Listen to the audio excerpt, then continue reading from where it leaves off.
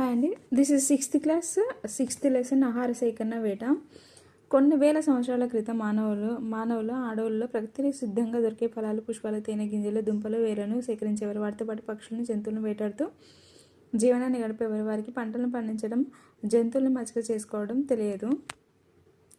మిమ్మల్ని అడవికి పంపితే అక్కడ తిరిగి తినదగినటువంటి ఆహారం ఏమి లభిస్తుందో కనుక్కోగలగరా? ఈ విషయం తెలియాలంటే ఏ ఫలాలు తినొచ్చో, ఏ కాలంలో ఏవి పండుతాయో మీకు తెలిసి ఉండాలి. వాటిని ఎలా తినాలి? పచ్చిగా తినాలా, ఉడికించి తినాలా, నూరి తినాలా, మరికొన్ని పదార్థాలతో కలిపి రుబ్బి తినాలా, నీటిలో నానబెట్టి తినాలా అనే విషయాలను మీరు తెలుసుకోవాలి.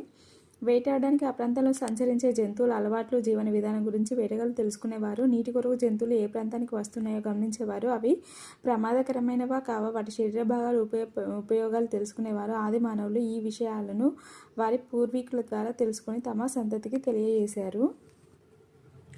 రాతి పనిముట్లు. నేడు మనం యంత్రాలను, ట్రాక్టర్లను, ఉక్కు పనిముట్లను ఉపయోగిస్తున్నాం. ఆది మానవులు వాళ్ళు ఎముకలు కొయ్యతో చేసినటువంటి పనిముట్లను ఉపయోగించారు. పెద్ద రాళ్ళను జాగ్రత్తగా వేరొక రాయితో కొట్టి నునుపుగా పదునుగా చేసి పనిముట్లు తయారు చేసుకునేవారు. ఈ పెద్ద రాతి పనిముట్లు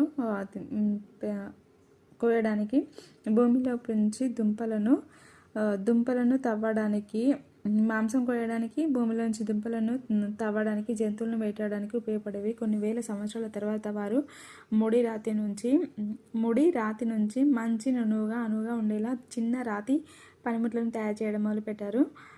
ఇలాంటి పనిముట్లను సూక్ష్మ రాతి పరికరాలు అనేవారు. వీటికి కొయ్య లేదా ఎముక పిడిని బిగించి వాటిని కత్తులు, బాణాలు, కొడవలలాగా ఉపయోగించేవారు. ఈ పరికరాలు నేలలో గోతులు తవ్వడానికి, చెట్లను నరకడానికి, బెరడు తీయడానికి, జంతువుల చర్మం తీయడానికి, వాటిని శుభ్రం చేసి దుస్తులుగా కట్టుకోవడానికి, మాంసం ఎముకలను కోయడానికి, వేర్లు, పండ్లు కోయడానికి, జంతువులను వేయడానికి ఉపయోగపడేవి.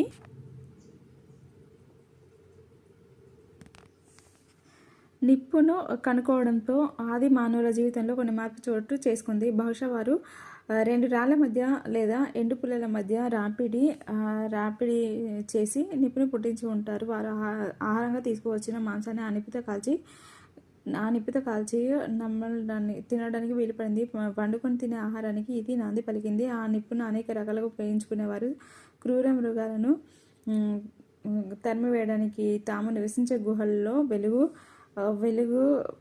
నింపడానికి ఉపయోగించేవారు. చెక్కను గట్టిపరిచి ఉపయోగించడానికి దాన్ని నిప్పుపై వేడి చేసేవారు. సంచార జీవనం. ఆది మానవులు చిన్న గుంపులుగా గుహల్లో, చెట్లు లేదా రాళ్ళ నీడల్లో నివసించేవారు. ఇళ్లను నిర్మించుకునేవారు కాదు. ఒక ప్రాంతం నుంచి మరొక ప్రాంతానికి పోతూ సంచార జీవనం గడిపేవారు. ఒక ప్రాంతం నుంచి మరో ప్రాంతం